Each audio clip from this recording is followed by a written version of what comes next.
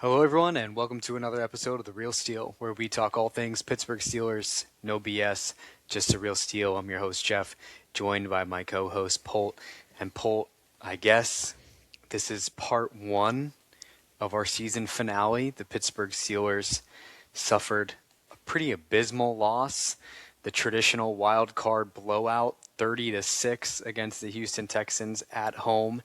Plenty to cover with this game, which we will get into, but I don't want to delay talking about what's front and center for all Steelers fans right now. If you see anything going on anywhere, it's that the Steelers and Mike Tomlin are parting ways. Mike Tomlin has stepped down after 19 years as a head coach, and the Pittsburgh Steelers are turning the page a little bit. It's the start of a new era, and it seems like within just 12 hours from following that game and feeling really sour about it, now, I think for the first time all year, my hopes are up. Now I can finally get excited. It's funny. It's funny how that happens. It didn't happen all season. I didn't drink the Kool-Aid, didn't let it happen. But now Mike Tomlin's gone, and here I am. So initial thoughts. How you feeling post-playoff game, Mike Tomlin news? Where do you sit, and where do you want to jump into first? Oh man, yeah, there's a lot to break down here. I mean, first of all, just last night was embarrassing and really tough to watch. And I don't know, it seemed like it could have been different. It should have been different, and it just wasn't. And you could kind of tell within 12 hours or so, Mike Tomlin, I guess it was more like 14 hours, you could say 15 hours, he decided to step down. So it sort of seems like this is something he's been considering for a while, and definitely probably made the decision prior to last night's game that he was going to step down. And I think that's really important to point out here. Mike Tomlin did step down as the Steelers head coach, and that's how Mike Tomlin's statement said it. That's how Art Rooney's statement said it. And so that means the Steelers did not fire him, and the Steelers still own his rights. And I think that's really important when we think about all of this, as he's not a free agent coach to go coach wherever he wants. We still own him, technically by contract, and we have to trade him in order for him to coach somewhere. So, I'm happy this happened. Obviously, change has been needed, but I do think it is worth mentioning that as much as we've harped on Tomlin, he did have a pretty crazy 19 season run here, and we do have to appreciate him, and I do appreciate him for what he did, bringing us the Super Bowl and keeping us always in it. And I don't want that. His legacy as a Steelers coach has definitely gotten tarnished with 9 straight years since a playoff win, and 5 straight double-digit playoff losses, and 7 straight playoff losses in general. But I do think it needs to be remembered that he was a really good coach for us and a really stabilizing figure, and his time here will always be appreciated. But this ending year just led to this move needing to be made. Yeah, I'm with you 100%. Listen, Mike Tomlin deserves his flowers. Mike Tomlin is a great coach. Yeah. 19 seasons with the Steelers, won a Super Bowl, no losing seasons. Here's his record: 193 wins, 114 losses, and 2 ties. I think it was 8 AFC North championships, Yeah. a few AFC championships. Listen, Mike Tomlin was a great coach. There's no doubt. Hold on, one more I step firmly before you go into your opinion. Just 309 career regular season games and only one game at that entire time were we eliminated from the playoffs. The 2012 and it finale was against the and it was a Browns. week 18 game. Yep. Yeah, it's a season finale. No, it's definitely quite impressive, right? And kudos to Mike Tomlin. I think Mike Tomlin is a great coach. Yeah. I just think he's not the coach for today's NFL, and it was time.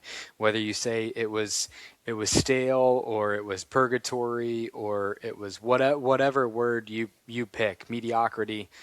It was just time to move on, and I think it's great that it happened how it did. Yeah. I'm super thrilled. I'm super excited. It's a new era for the Pittsburgh Steelers. We haven't had a search since we were 10, 11, 12 years old Yeah. for head coach. It's been a very, very long time, and it's going to be exciting to see what the Steelers do. And I think initially, the way I felt after the game last night was a lot different now, knowing where we are right now. Yes. And we'll get into the game in a little bit, but just a couple things.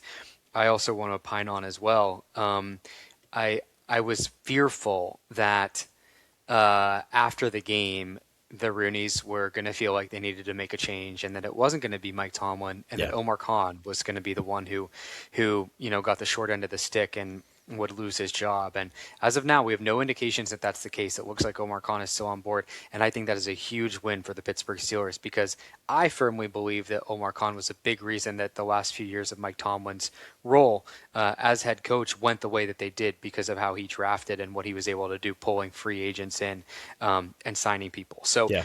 I think it's great that Omar Khan is still on board, and hopefully it stays that way. And that, like you said, Mike Tomlin was not fired. We retain his rights, and there's a potential that down the road we could get draft picks for something like him. So that's really, really interesting. And that has happened once before, right? It happened with Sean Payton. So we have to talk about that and ultimately what things could look like there.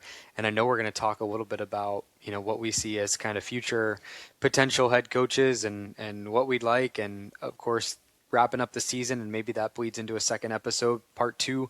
Maybe we do it after the Super Bowl. But all that to say, I want to go back to maybe something happened. And I don't know what it was, right? Because this news came out supposedly after a meeting with the Rooneys. Yeah. And no one was in the room where all this stuff went down. It's like a Hamilton in the room where it happened. No one knows what actually went down. But you gotta, something leads me to believe that the Rooneys, do you really think that Tomlin was like, that's it, I'm done? I gotta think that the Rooneys were like, hey man, something's got to give here. I feel like there had to be a little pressure from the Rooneys. Now, I really don't think the Rooneys would have fired him, and I think you're on the same page here. Yeah. I don't think that would have happened. No chance. But I do feel like there had to be something, some catalyst aside from just Mike Tomlin going in there and saying, hey, I already made up my mind. I feel like the Rooneys had to have been ownership had to be like, hey, man, something's not gonna go right. And I don't think they were pretty quick and easy to say you're gonna get extended like it has happened in previous years. I don't know. I just have a weird feeling about it. Do you know what I mean? I'm trying to piece together how it all happened, but it sounded like you said maybe you feel like he made his mind up out already. Yeah, I I mean it's a tough one. As somebody sitting here and thinking about the Rooneys as your owners leading your team to the next stage, you hope that they were sort of like, hey, Mike, I think it's time, because it's been so stale, and it's been insanity. This happens every freaking year. We go into these playoff games thinking we can win, and the same result keeps happening. And it doesn't matter who's on the field. It doesn't matter who's in the front office. It just doesn't matter. It's been the same result for almost a decade now. And so you would hope the Rooneys pushed him, but Mike Tomlin's leaving almost $50 million on the table by stepping away.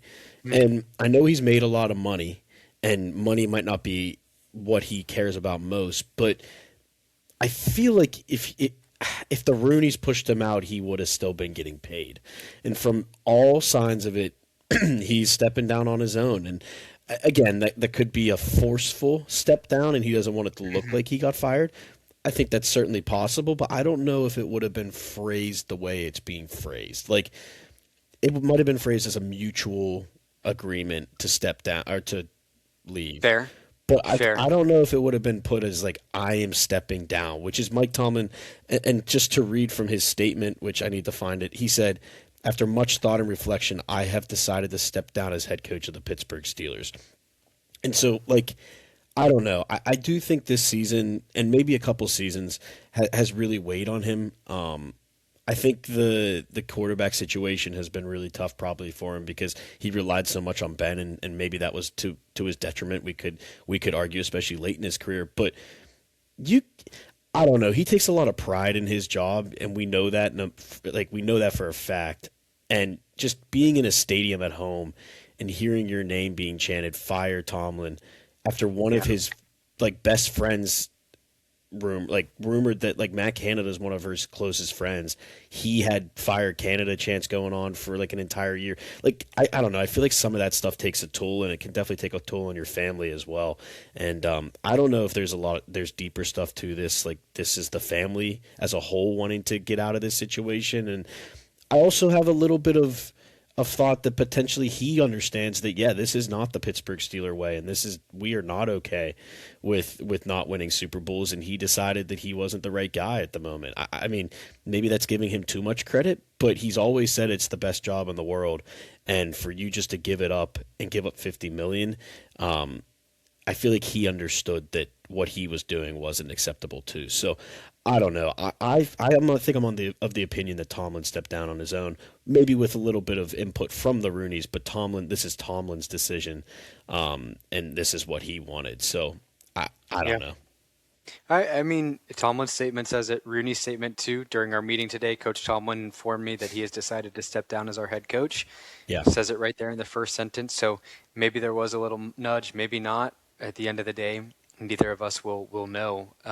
But the circumstances are what they are, right? yeah, Mike Tomlin is no longer the head coach of the Steelers, and it's onwards and upwards at this point. And we'll talk about the coaching carousel and who you would want or yeah. what we would want. We'll get there in a minute, but I think we should at least dive into a little bit of the game that kind of got us to the point that we're at. Pretty tough loss for Mike Tomlin's last game as a Steelers head coach at home, 30-6. The Steelers lose, and what was interesting to me, and you were there, so you definitely can speak a little bit to this, but Yeah. it did feel a little bit different. It felt like we carried over some of the momentum that we had from the Ravens game, where that was one of the best crowds we've seen Yep. at home, and it looked on TV, and I'm sure you being there can validate that. And the first half of the game didn't feel as bad as the game ended, right? Of course, it was 10-6 at halftime. The Steelers were only down 4 points, and even in the third quarter, no blood was drawn, and it was 10-6 going into the fourth until the Texans put up 23 points on us. But It was 7-6 going into the fourth.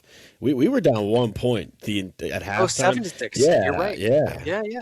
7-6, not even 10-6. That field goal came on in the fourth quarter. You're totally yeah, right.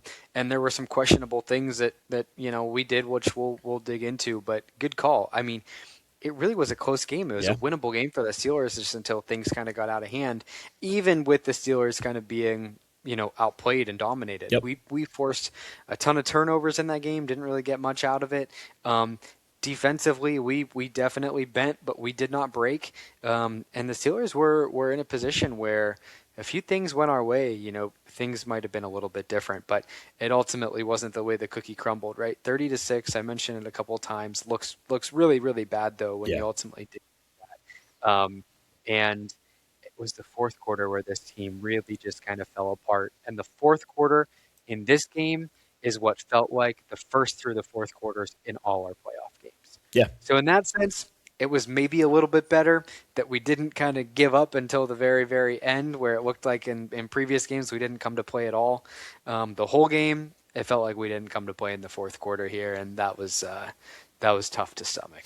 Yeah, and I'm glad you said it felt a little different. I mean, and this is kind of why I went in with more hope than maybe you did or we have in the past, because I felt this December felt different. I mean, in the last couple of playoff runs, we have limped into the playoffs, whether it's losing 2 in a row, 3 in a row, 4 in a row, like we did last year. This year we won 3 out of 4 in December, including going to Detroit, beating the Ravens twice. Like it was a very solid December for the Steelers, and I felt we were on a upward trajectory. And this game started that way. We didn't play well, but the Texans played worse. And to be 7-6 going into half, like everything was right in front of us. We had said, you and I had texted about that. We have been a third quarter team in December. Let's come out and have one of our third quarters and take the lead. And that's I think where the embarrassment or the disappointment came in is we just never ever put that together or never really gave it a good shot. I mean, I can definitely attest that was one of the best crowds I think I've ever been at Acrisure Field, Heinz Field, whatever you want to say. That first half was loud, and the Texans struggled, and you could tell from the penalties, from the missed snaps, to just C.J. Stroud not playing well. That crowd was into it. It was loud in there. But by the second half, you go 8 plays to get 4 yards and kick a field goal after an unbelievable turnover.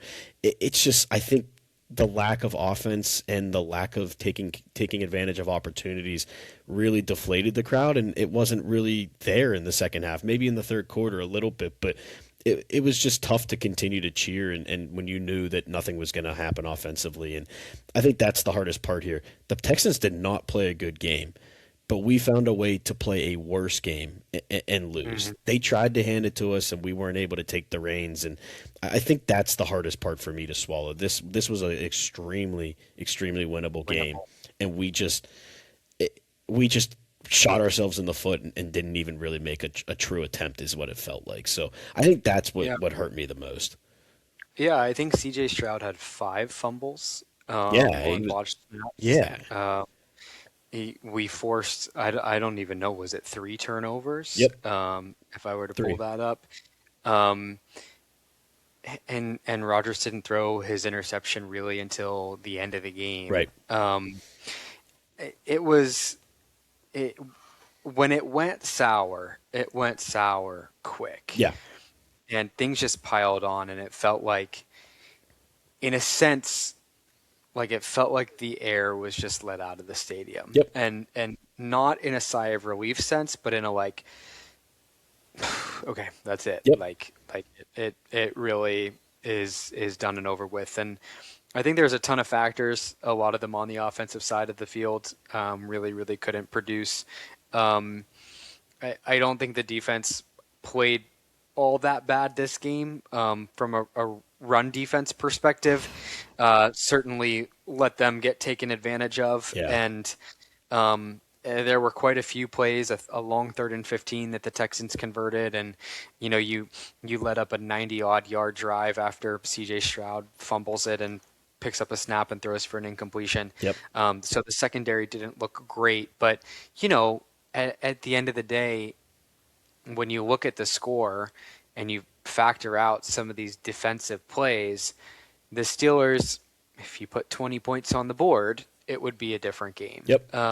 And so that's really hard to see that, we have had quite a few talks and debates and agreements and disagreements on what Aaron Rodgers has done for this team. And I'll tell you something that's really interesting is, so with the game being on Monday Night Football, it's on ESPN and ABC, and a lot of times the Manning brothers do a Manning cast, right? And last night they had on J.J. Watt. Interesting conflict. Yeah. Legacy player for the Texans. His brother plays T.J. Watt for the Steelers, and J.J. Watt went on the Pat McAfee show earlier in the day, and they asked him who he was rooting for, and he said, yeah, it's a win-win. I'm happy with, Right. I have a rooting interest no matter what. On the Manning cast, which I actually opted to watch because after J.J. Watt, the second guest in the second half was Ben Roethlisberger. Yeah. And so I really wanted to see what Ben's take was on the game, and I thought that would be pretty cool. So I watched a lot of the Manning cast for that reason, but total unrelated side note, but it was interesting. J.J. Watt actually said, I played for the Texans. They're a great team. I'm really excited for what that team is. But he said, I talk to TJ every day. I've known him since he was born, blah, blah, blah, blah, blah. And he said, I'm pulling for TJ. And that was really cool to hear. And it was like a little bit of like a momentum boost. Right. And that got me fired up. And we were playing, it was a really close game at that time. And so that was really interesting, total side note. But what I'm getting at is I watched the Manning cast and I wanted to get like kind of Ben's insights on what he would have done or what he would be doing or things like that. Yeah. And there was one point in the game, I don't remember exactly when it was, but Ben was on during the fourth quarter, and something happened. We had just gotten the ball back, or it was I don't know exactly what the scenario was, but I remember Ben had said at this point, I think it was when we had the ball with like 10 minutes left. Yeah. Before on our last drive, kind of before we punted or got rid of it.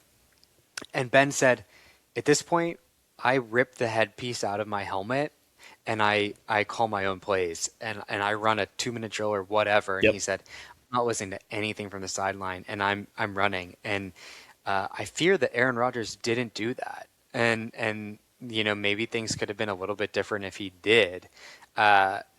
it was a weirdly called offensive game from Arthur Smith and Aaron Rodgers, and um, that was like what was cool to hear Ben say. And I'm like, well, I would have thought that Aaron Rodgers would do that. Yeah. Maybe he did, but I don't know. It was really really tough to watch. Rodgers. You go out and get him and hope that he can make you shine in some of these moments. Um, but at the end of the day, the result's the same. So not a good spot to be in.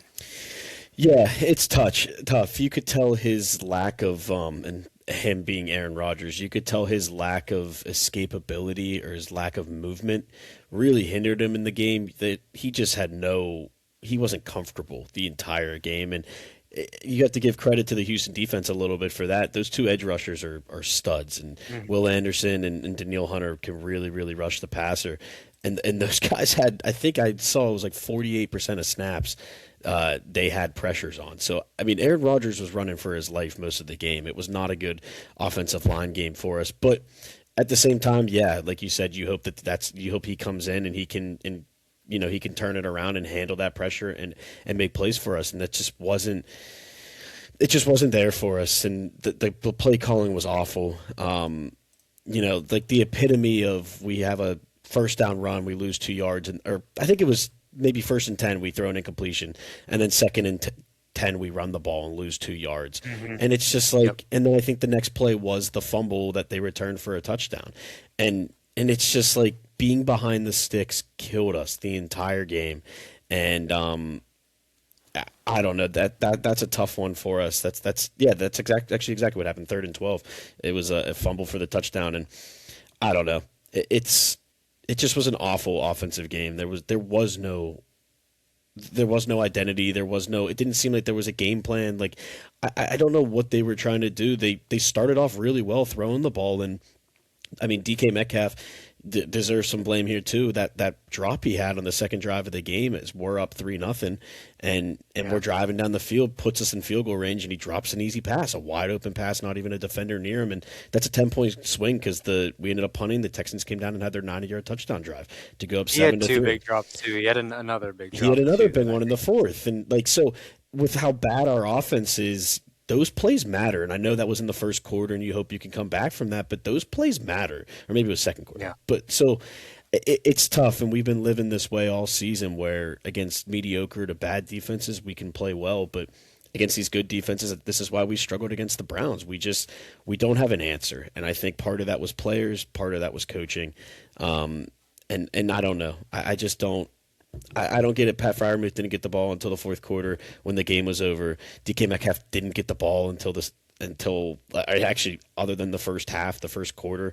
We didn't run the ball. We only had 18 carries, but we were running the ball pretty well. It's just when we ran it later in the game, it was too predictable. And I don't know what they were trying to do. I don't know if they were trying to outsmart the Texans, but they didn't outsmart them. And the Texans, for the far superior team on the field as well as coaching staff on the field. And yeah, it was tough to watch. I will say the fumble recovery, if you go back and look, I didn't know this during the game, but that was a missed call by the refs. Aaron Rodgers got destroyed in the helmet. Should have been a penalty, which would have kept the touchdown from being on the board. So It still would have been 10-6. But for once, I don't think a missed call really defined this game. I don't see us being able to go down the field and score on that move anyway, or on that drive anyway. So regardless of the missed call, I don't think that changes the outcome of the game. And then the next time we got the ball, it's still I think it was 13-3. I'm sorry, 17-6. Right, 17-6. We're only down 11, and we have 11 and a half minutes left in the 4th. All you have to do is go down and get a touchdown or even a field goal, and you're right back in this game. And we do nothing. We get to let me pull it up. We get to the 48, and I get that it's 3rd and 13, but we punt the ball. And at that point, I mean, I knew it was over before then, but at that point it was really over.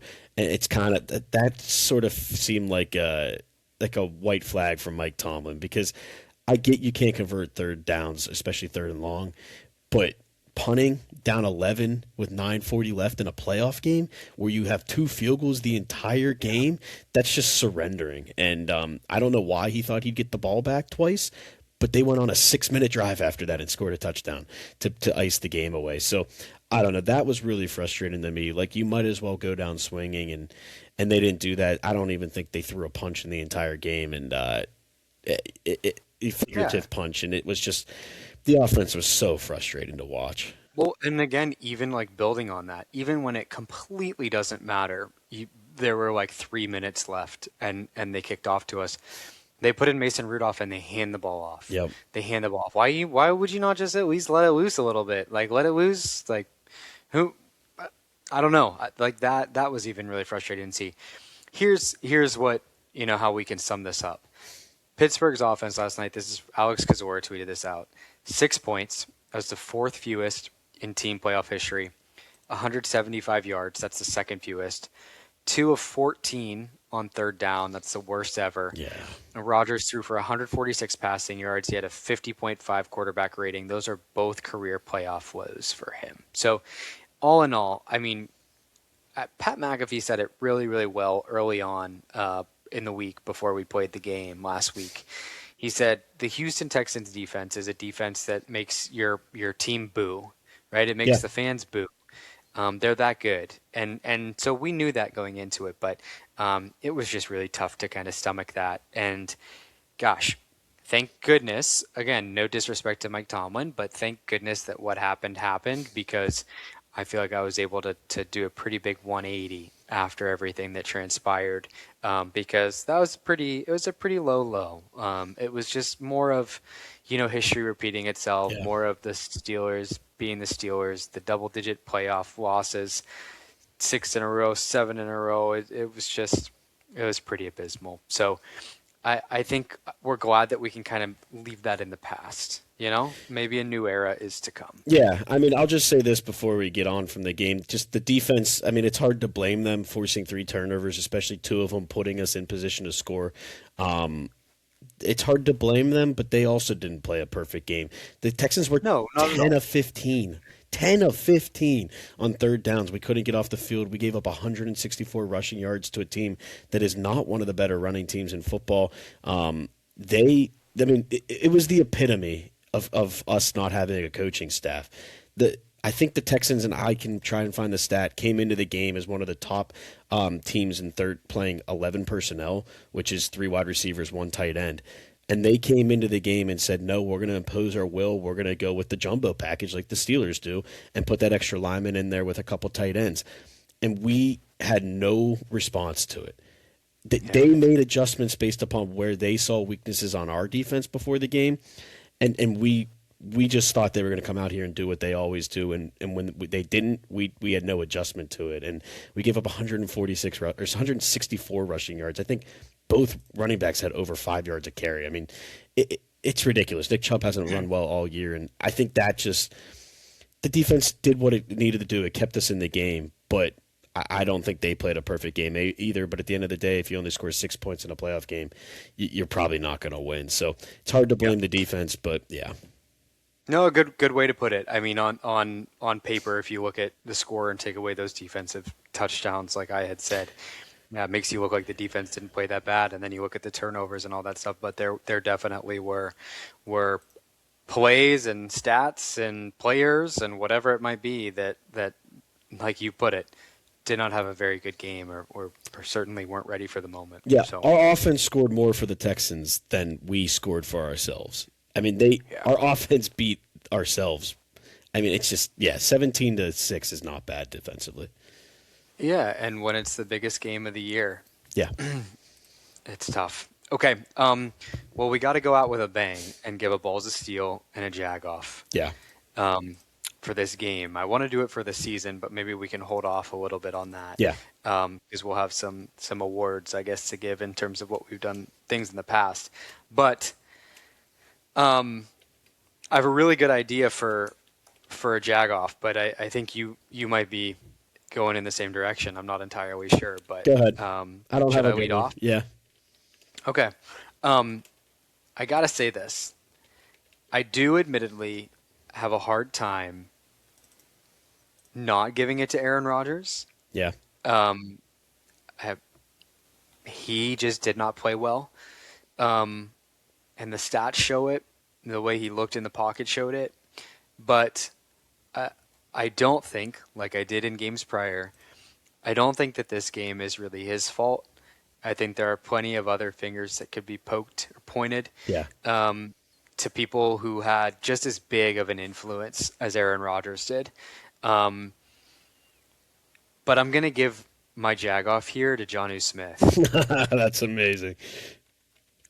Jonnu Smith's stat line for the game was 2 catches for -1 yard on 3 targets. Jonnu Smith is the first non-running back in franchise history to post negative yards in a playoff game. Jonnu Smith was ranked the worst tight end in the NFL in yards per target this entire year, and not just this year, but in the entire over the last 6 years of the NFL. He was the 3rd worst run blocker this season, and he had more snaps on the field than most of our players in the tight end room. And so Jonnu Smith's season was horrible, Yeah. especially for what he's been paid. But that really projected into this game. And I think that Jonnu Smith is like an Arthur Smith thing. And without Arthur Smith, we wouldn't be having this conversation. So I'm ready for the Steelers to hopefully move on from Arthur Smith and Jonnu Smith. But yeah, Jonnu Smith, I think, really inhibited anything that the Steelers could do positively in that game yesterday. From him being on the field, from him not making plays, from him making bad plays. You said it early, like Pat Freiermuth. I think aside from DK Metcalf, Pat Freiermuth is your best offensive player. Yep. And he just wasn't given the ball at all. And kudos to Pat Freiermuth, because I saw at least a tweet that said he's really disappointed in how things went, but he's a Pittsburgh Steeler. And I wouldn't be surprised if a guy like that asks for a way out. Yeah. But maybe things will be different. So, yeah, Jonnu Smith is my jagoff. I have a pretty, not really a hard decision to give it to him. So I love that. I was not going to go that way because maybe in our next episode you'll see why I think he might be my jagoff for the year. But I'm going to give it kind of on the same note to Arthur Smith, just because, I mean, like you said, I mean, Aaron Rodgers didn't play well, but I don't think Arthur Smith called a good game at all. And you could see he had no idea how to handle that Texans defense, which, again, all credit to them. They are an unbelievable defense. There's a reason why they're number 1 in the league. But this isn't just the Texans defense. This stems back multiple weeks. Any good defense we faced, we had no answer for it. And Arthur Smith, you know, people were asking after the game, specifically to Aaron Rodgers, Pat Freiermuth, whatever, why we couldn't scheme him open the ball and scheme the ball to Pat Freiermuth. And the answer was always like, I don't know. That's just like, we can't, it's hard to do that. But he somehow always found a way to scheme the ball to Jonnu Smith. And the one play he schemed to him was a screen pass that was blocked perfectly, and he ran the wrong way and ran directly into a defender. Whereas if he ran the correct way, it's a big gain, and it might change the tide of the game. So the fact that Arthur Smith just the play calling, the game plan, and then his just fascination with Jonnu. Yeah, I agree with your balls. They're your jagoff, and I'm going to give Arthur for very, very similar reasons. Also, jagoff. very fitting. Good riddance. I don't anticipate he's going to be able to stay with a new coach. Oh my goodness, I hope not. And we'll talk about coach in a minute, but they better not promote him. Yeah, no, that'd be, I think, a nightmare for the Steelers. I have a feeling that's not going to happen. We'll see. Okay, balls of steel. I'll jump in quick. Yeah, I don't ahead. know if you have one to give, or if it's easy for you, but I'm actually going to go with old reliable here, and I think it's kind of funny, maybe a little bit poetic. I'm going to give my balls of steel to Chris Boswell. Okay. He's the only player who I think really did his job and did his job well. Especially we talked about the last couple of weeks. He's had the yips or the jitters or whatever it might be. Yeah. He walked up and nailed his 2 field goals right down the middle and gave us everything we could have asked for in Chris Boswell and in a kicker. So to me, Chris Boswell gets my jag off just because he did his job and he did his job. He executed perfectly. And that's all it boils down to. So easy pick for me when there's not many other ways that you could award a balls of steel, at least from my opinion, when you're giving it to someone who only made 2 field goals. So Yeah, just to hit on special teams real quick because this wouldn't be an episode if we didn't hit on them. I thought Clovis Waitman actually punted pretty well, which was kind of funny. yeah, I thought he actually yeah, had it. The average doesn't look good because he had a lot of short punts, but he pinned them inside the 10 at like 2 or 3 times, or like at flip the the 10. field. And I thought he had a pretty good game. So good for him, maybe finally stepping up. My balls of steel is going to Joey Porter Jr. I thought Joey Porter played a great game, and I know he gave up a couple catches, but when you're the number one guy and you get targeted, sometimes just their number one gets the better of you. But I thought as a whole, Joey Porter played really well. 2 passes, defense, 2 tackles. But I just thought he did a good job taking away Nico Collins. I mean, that's his stat line might be more indicative. 3 catches for 21 yards is all he had, and I know Joey was on him for most of the game. So Joey Porter Jr. has really turned into that number one corner and has really solidified that one side of the field for us. So I think he just did his thing last night as well. I will say I do have an honorable mention, which is a Polt special, and this is a real big one to me at least. I'm going to give a balls of steel to the stadium crew that decided not to play Renegade. This has been a conversation that has been going on in Steelers Nation this season, but specifically I think we've talked about it a little bit, especially after the Bills game when they booed Renegade. Renegades turned into just like a thing they do for visiting fans during the game, and it's just like an iconic moment in the game. But that's not what Renegade's supposed to be. Renegade's supposed to be this moment where we get the crowd amped up so the defense can go out there and make a play, and that's what it was built on, right? They played it, and the defense would make a play. But it's become just this fanfare. And so the fact that they decided not to play it last night, when they had a moment, they had an absolute chance to do it, and they chose not to, I think was a really big step forward, because it shouldn't be fanfare. This should be like only in big games, and it should be picked and chosen. And if we're winning, whatever, I don't care.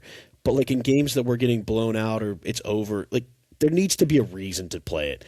And then finally choosing to do that, I thought was a big step forward. And I was shocked that they didn't play it, but I was really happy. So, yeah, that's an honorable mention for me. Interesting. I saw a tweet about that, but I didn't really even read into it that much.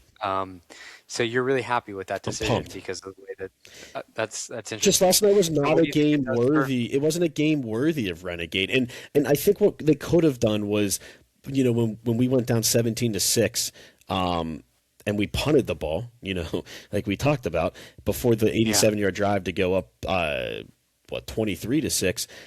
They played a big hype video. They play hype videos all game. And I thought it was the Renegade moment. I thought they were going to do it, and they didn't. And I thought it was a great decision by the crew in the stadium. And I hope it brings back what Renegade really means, the deeper meaning. I like that. Very interesting. Yeah. Okay. As somebody there with Buffalo at the Buffalo game when it got booed, I think that holds some value. Hey. We're here for the takes, so thanks for sharing. Okay, well, I think that kind of ties things up with the episode or with the season in terms of game recaps. Now, I know in the past we've done kind of revisiting our stat lines and everything. So I think there's a time and place for it, but it's just not right now. Yeah. Let's take a break from some of that stuff, and we can come back and, like I said, maybe do a part 2 on the season wrap up. But I think while we're here, we should still talk a little bit more about the head coaching kind of carousel that's going on right now in the NFL. Maybe what we think or what we see, what we'd like, who knows, in just a couple minutes. And maybe by the time we have our next episode, we'll have some answers too in terms of what the Steelers will ultimately do. But what do you think is the best way to go about it? Do you want to kick things off with, I don't know, who do you like to see as head coach, or who you think is a reasonable candidate? What's your thought? Well, I think it's worth mentioning that, everybody needs to be level set with this, and it depends on who comes in and stuff like that. But a new coach, new regime, after a season like this, I think does lead to we've been talking about this for years, but leads to a potential rebuild. And I think the fan base needs to appreciate that and not expect whoever comes in to get it done in a year. Now, with that said, this is a really important time to be making this change. First of all, the draft's in Pittsburgh in 2026. That's a big deal. But on top of that, we have the 4th most if you in terms of value, draft value for this upcoming draft, fourth most in the league, which is pretty impressive, and we have the eighth most cap space going in the next season. So there are moves that can be made to speed up this rebuild. So it's not just a coach looking to come into the Steelers organization because of, past history and all of that. There is a real chance to turn this roster over and potentially make it good in the next year or two. So I think we need to, pump the brakes and expect to struggle for maybe a year or two, but there is the chance in the world, if they get the right hire and make the right moves, that this could be pretty quick. So I think that is important to start off with. Yeah, and also worth mentioning, there are 8 other Yeah. head coaching vacancies, so 9 total. I don't know where that stacks up, but it seems like with a quarter of the NFL having head coaching vacancies, that's a lot. Yeah. And you got to imagine that some of those coaches that got let go will find homes as other head coaches. It's not always just going to be, coordinators of other successful teams. So I do think you're going to see, Mike McDaniel, who is the Dolphins head coach, maybe find a job somewhere. John Harbaugh might find a job somewhere. And then some of these guys too, which maybe you'll mention here, have had head coaching jobs in other places before and then been demoted to coordinators and now maybe back on the radar. Someone like Robert Saleh, who, coached in San Francisco and then went to the Jets and now back to San Francisco. So who knows? But I think you have a really good point. And with that, obviously we're very biased, but I do think that the Pittsburgh Steelers job is one of the most desirable out of all these places to be, right? Yeah. Arizona Cardinals, Atlanta Falcons, Baltimore Ravens, Cleveland Browns, Las Vegas Raiders, Miami Dolphins, New York Giants, and the Tennessee Titans. I think the Pittsburgh Steelers stack up pretty well against those groups. Baltimore, of course, is great. You have Lamar Jackson. You have who your franchise quarterback is. Atlanta, you have some good key players in place. But outside of that, I don't feel like much of these teams are as desirable. Yeah. And so I think the Steelers might have their pick of the litter if they make the right move. Now, we're both Penn State fans, and it's funny to say that because Penn State was the first team to fire their head coach and seemingly the last one to get to bring their coach on. So I hope we don't see anything like that happen. But who knows? So what do you think? Like, what are your thoughts? Do you have some guys that you're like, this would be a great fit for the Steelers? Yeah, I mean, so I think it is funny just to mention, you said the teams. The two most desirable are us and the Ravens very easily. So a week ago, we were fighting to see who was the division champ, and now we're going to be fighting in the offseason to see who gets the better coach. And so I do think it's us and the Ravens. That's who people are deciding between. And all the rumors are there are some real, true, solid candidates that are very, very, very interested in the Pittsburgh Steelers coaching job, which is great to hear. I think the name – so here's a few names that are being mentioned, like, by national media. Marcus Freeman, Notre Dame's head coach, keeps coming up. Just said today he's out. Officially? He just said he's going back to Notre Dame. I read he said it. Well, he has said that before, but he had said that before this job opened. Keep going. But I don't know. Okay, maybe him. They're saying people are mentioning him. People are mentioning Kurt Signetti. I don't like that at all. The guy's like 65 or something. Like I don't know. Marcus Freeman's at least young, who I really think. I'm sort of the opinion we got to go young. That's what the Steelers always do, right? We always go to a young coordinator. I personally would love Brian Flores. I think he'd be willing to come back because of those ties to Pittsburgh. I think he's a great name. I think I would be okay with a Mike McDaniel type guy. He is a good offense. Maybe can turn it around. I don't know if we want that, if he would fit our style. But really, like Chris Shula, the defensive coordinator from the Rams, he's Don Shula's, I think, grandson. The Rams, when I look at the Rams, that defense is really good, and they don't have a lot of big time names everywhere on the defense. It's a lot of more, just fill-in guys or glue guys that they get to play as a team and play really good defense. And they're one of the best defenses in the league and could go on a run this year. So I think he's a really interesting candidate. Jesse Minter from the Chargers obviously is a big candidate. I feel like it's going to be one of those, and I know everybody's going to want the offensive-minded coach, but I don't know if we necessarily need that. Like, as much as I want a flashy offense, I think if you can get a defensive coach that can shore up the defense, that's willing to bring in a solid offensive coordinator and let him handle it, we could be okay. Like a Chris Shula, I think of working with Rams, working with McVay. He knows people from that tree that have worked under Sean McVay, and we've seen that Sean McVay disciples have done really well as head coaches and offensive coordinators. So if he could bring in a McVay disciple to be his OC, I'd feel totally fine going with the defensive hire. But are the Steelers going to go with the X's and O's guy? I don't know. That's where a name like Mike McCarthy, former Packers, former Cowboys head coach, Pittsburgh native, could be a really intriguing offer. He's 63, so are they willing to go to that old of a guy to start the new year? Because remember, we've had 3 head coaches since 1970. There's been double the amount of popes in that time span as there's been Steelers coaches. I mean, 6 popes to 3 coaches is incredible. So that's why I think they're going to go young, but I feel like Mike McCarthy and Marcus Freeman are that CEO type. Let's let other guys do the thing. But Brian Flores, Chris Shula, Jesse Minter, Mike McDaniel are more the X's and O's kind of guys. So I think those are all reasonable, and I think those are all probably highly favored in the betting world, and I think those are reasonable candidates, and I'd be satisfied if we find that any of those guys become the right guy.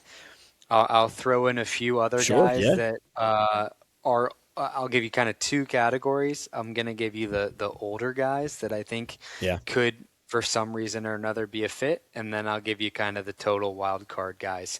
But you also didn't mention Joe Brady, who is the Bills offensive coordinator, who has been, I think, entertained multiple times as having head coach interviews and continued to stay with the Bills. Yeah. Kind of like what Ben Johnson, who is the offensive coordinator for the Lions, did. And maybe Joe Brady is just like, I've just been waiting for the right job. Now, I have no indication that the Steelers have expressed interest, what his interest level is, but Joe Brady would be an interesting one to add into that mix. And I think Joe Brady's in his 30s. So that would be an interesting one. Okay, here's a couple other guys that come to mind. Matt Burke is the defensive coordinator for the Houston Texans. Yep. Clearly pretty darn good at his job. He's 49 years old. I don't know what his coaching tree really looks like. I think he was at the Dolphins before he was with the Texans, but he's a name that I think will certainly get some head coaching interviews, and that'd be one interesting for the Steelers. Okay, outside of the coordinator space, I just got to throw like a couple wild cards. Who's our assistant general manager? Andy Weidel. Okay. I think Doug Peterson is going to get a head coach interview with the Steelers. Doug Peterson was head coach when Weidel was with the Eagles. Yep. And I think having alignment between the front office and a head coach is huge. And so Doug Peterson might be washed up. He coached the Eagles, then the Jags. I don't know what he's doing right now, but I wouldn't be surprised if we see a little bit of a, maybe some reincarnation in some matter like that. I've seen some jokes, but I do think that maybe there's an ounce of seriousness with John Harbaugh talks. I doubt that would ever happen, but I feel like that has to at least be a name that's thrown into the ring.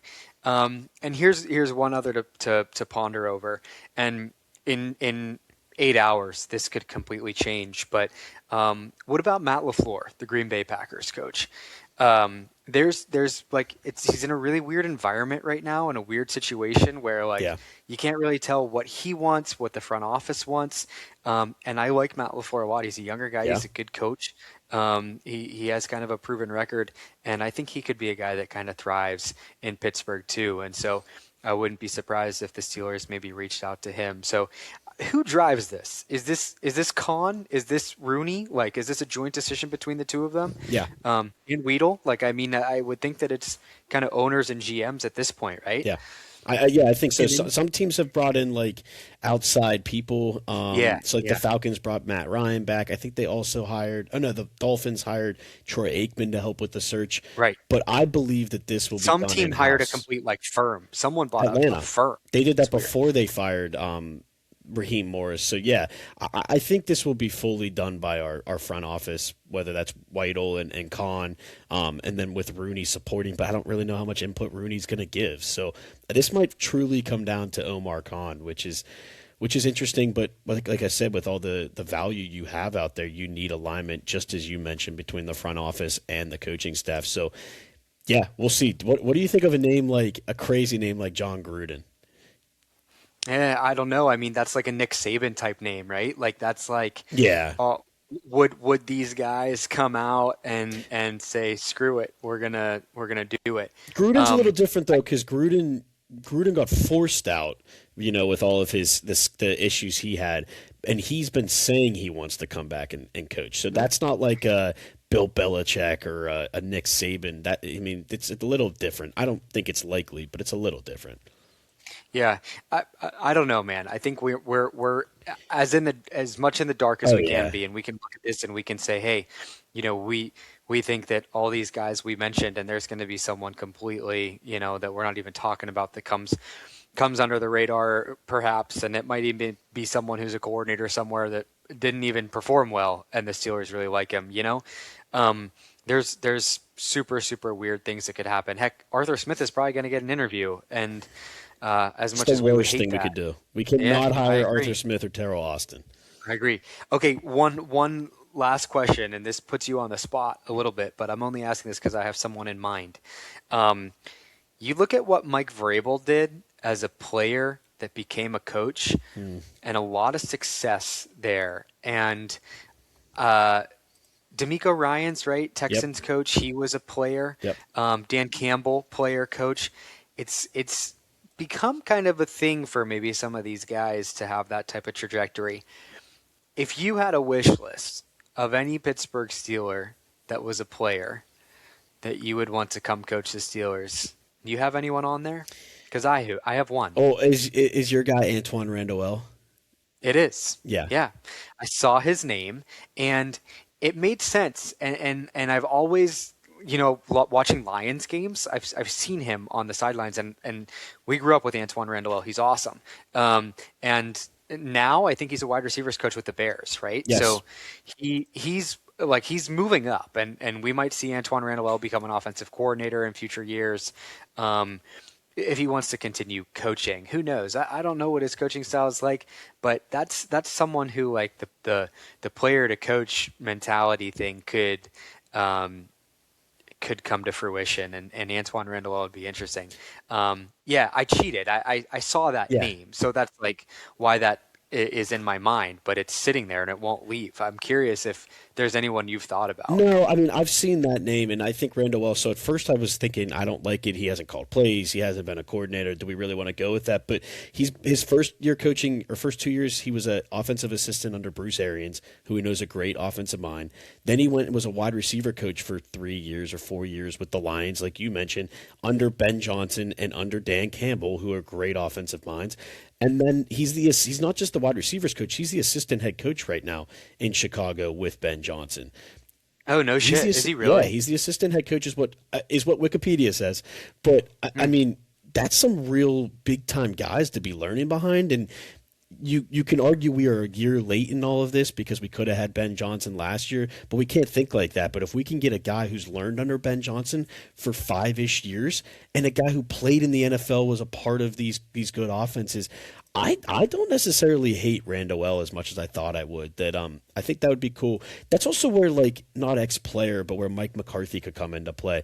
The guy is from Pittsburgh. He bleeds blue Hmm. and gold or black and gold. I said blue and gold. Wow, black and Yikes. gold.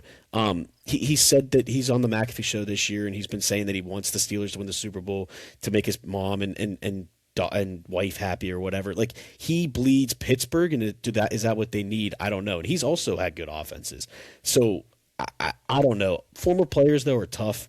Ben Roethlisberger, I don't think would be a good coach, and I don't think he has any interest. And other than No, that, he doesn't. He said he didn't. They asked him. did they? Yeah, he didn't. I like He Randall L said he, though. he doesn't want to I coach. like that thought. Yeah, the only other like player that I think had ties to the Steelers that I know really got into coaching, like Vrabel was a Steeler, but Byron Leftwich had a little stinting Hines a Ward little too, stint with. Yeah, Heinz Ward coached like the XFL, and he right? was a wide Something like receivers that. coach for the Jets, I Um, think. Yeah, yeah, so I don't know. Randall L would be interesting though. yeah, That'd be pretty neat, be wholesome. I didn't even know he was assistant head coach. I mean, that's maybe why his name has came up, yeah. right? If he's credentialized a little bit there. Um, Okay, well, we're playing the waiting Yep. game, right? We got to see what happens. Um, Sometimes this stuff tends to move pretty quick, though, as the Yeah. season ends, and especially there is a timeline on this because the draft is in April, and so and ultimately league starts, season starts. You got to have some stuff figured out. So hopefully it's a matter of weeks, not months, but hopefully we make the right decision. I'm gonna propose two questions here to kind of wrap things up, unless there's anything else you want to add. Nope. Um, those two questions are, in short, what's next for Mike Tomlin, and what's next for the Pittsburgh Steelers? Yeah. So we mentioned Mike Tomlin would have to get traded. And just to mention that Sean Payton, who had a similar thing, got a first and a second from the Broncos for the Saints. And I think Mike Tomlin could get just as much, if not more. I think Mike Tomlin, though, I don't think he's stepping away to coach this year. I do He's truly. not. I don't think I so. truly think he's going to take off and he's going to do a year of media. That's been what's reported. Jake Glazer said that a couple weeks, and Jake Glazer and him are buddies. I think he's going to go to Fox and he's going to be one of their studio analysts on the pregame and Because they postgame don't have a shows. coach on their set right now, Correct. right? Jimmy Johnson quit or retired or whatever, and they haven't filled his slot. So Tomlin would fit in right there, and that's with Jay What Glazer. about Bradshaw being there? Yeah, I don't know how that relationship is, but I think Tomlin could figure it out, and I think he would be great on TV. So I think he takes a year off, and then reconvenes. That's what Sean Payton did. The exact same thing. Went to Fox for a year, did a year with Fox, and then decided to go coach. So I think that's very, very likely for Mike Tomlin. I don't know if you want to add anything. Okay. No, media Mike. It seems like that's what all signs are pointing to. Yeah, So yeah, we'll see. It'll be interesting to see him in that type of personality, that type of mindset. So yeah. I'm with you. That's a little bit more of a waiting game. We'll have to see, unless all of a sudden that news comes out right away. But time will tell. So okay, what's next for the Steelers? Right, head coach search. But anything else you think goes on in the background? Well, this is tough because with the head coaching search, I mean, you don't have a quarterback for next year. You have to assume, unless Matt LaFleur comes in, that Aaron Rodgers is gone, whether we want him or not. So you're looking for a coach or a new quarterback and a new coach, whether that's through the draft or free agency or whatever you want to do. What I'm intrigued by most is how we handle this coaching search. I think Cower and Tomlin both were these up and coming young 30-some-year-old coordinators, right, who just getting their feet wet, and you're going to get their first opportunity as a head coach. I think Cower's first head coaching job was with us, and Hmm. and so I wonder if we continue down that path or if we change it up, because Omar Khan has not been sticking to the Steeler way the last couple years, and I wonder if he continues to change it up and we get a little bit different of a guy that we hire for this job. So are we going to stick to the old ways or change it up? And then from there, it's going to be who remains on this roster. Does Cam Hayward retire? Does TJ Watt get traded? Does Pat Fryermuth get traded? There's a lot of bad contracts. Did they get out of those contracts? There's a lot of things like that. They need to lock up some of the young guys. Aaron Rodgers said Zach Frazier, Joey Porter Jr. probably should get a new deal. There's a lot of moving parts on top of that eighth most cap space and fourth best picks. So, yeah, this is going to be a crazy offseason, I think. And just rumor has it that the fan afternoon show in Pittsburgh this afternoon. I don't think they have proof on this, but they're saying TJ Watt is happy with the Mike Tomlin decision. We'll see what that means, but maybe that means he will stay and not ask for a trade. But there's going to be a lot of moving parts, so you got to buckle up and get ready for one of the crazier off seasons I think we've had in maybe our lifetime as Steelers fans. Buckle up, baby. 3 Pittsburgh professional sports teams fired their head coach or got rid of their head coach in the last year, which is pretty crazy. Yeah. But we'll see what the Pittsburgh Steelers have in store. It'll certainly be interesting. Excited for what's next. It really is turning a new leaf. It's a breath of fresh Starting air. over. It's a breath of fresh air, and Yeah. it was much needed. And we thank Coach Tomlin. He was a great coach, and Yeah, and did absolutely. a lot of great things for the organization. Um, And now it's time for the next. And who knows if we're going to have another coach for 19 years. But it'd be great to, at least from my perspective, have a head coach that when they're in their press conference doesn't sit there and freaking kiss ass to the other team, because I am sick of that. Giving credit to got to give credit to Houston's defense. Got to give credit to. I mean, Yeah. come on. I love the Ben Johnson attitude where it's like, Yeah. fuck Green Bay. Yeah. Like, come on. Like that feels like the Pittsburgh Steelers, and we'll And see. you know what Maybe else? it's out there. You know what else? Maybe I should have said this is the biggest thing I'm waiting for. What I think is most important for the Pittsburgh Steelers is we got to get back to what's important. And what's important is winning Lombardis and winning the Super Bowl. Who cares about going 9-8 or 10-7 and making the playoffs and going out in the first round? We need to get back to being real contenders and winning Super Bowls. And I think this is the first step to getting back to that level. And hopefully that happens and they get it right. I hope so. All right. Well, good part one here. Yep. Let's say we'll be back maybe after the Super Bowl, after things kind of settle a little bit. Unless there's a coaching or if we hire. have a really big update. Yeah, if we have a really big update, Yeah. maybe we tie it in with something. But I think we're going to take a little bit of a break for now. Yep. Ease into not having to be stressed out on football weekends anymore for a bit. And breath of fresh air, like you said, as we await for some more news from the Steelers around the coaching. So it's been a good season. Yeah. It's been a lot of fun. So Yeah. thank you always to everyone for listening, for watching. We appreciate it, and we'll be back soon. Thanks, everyone. Peace.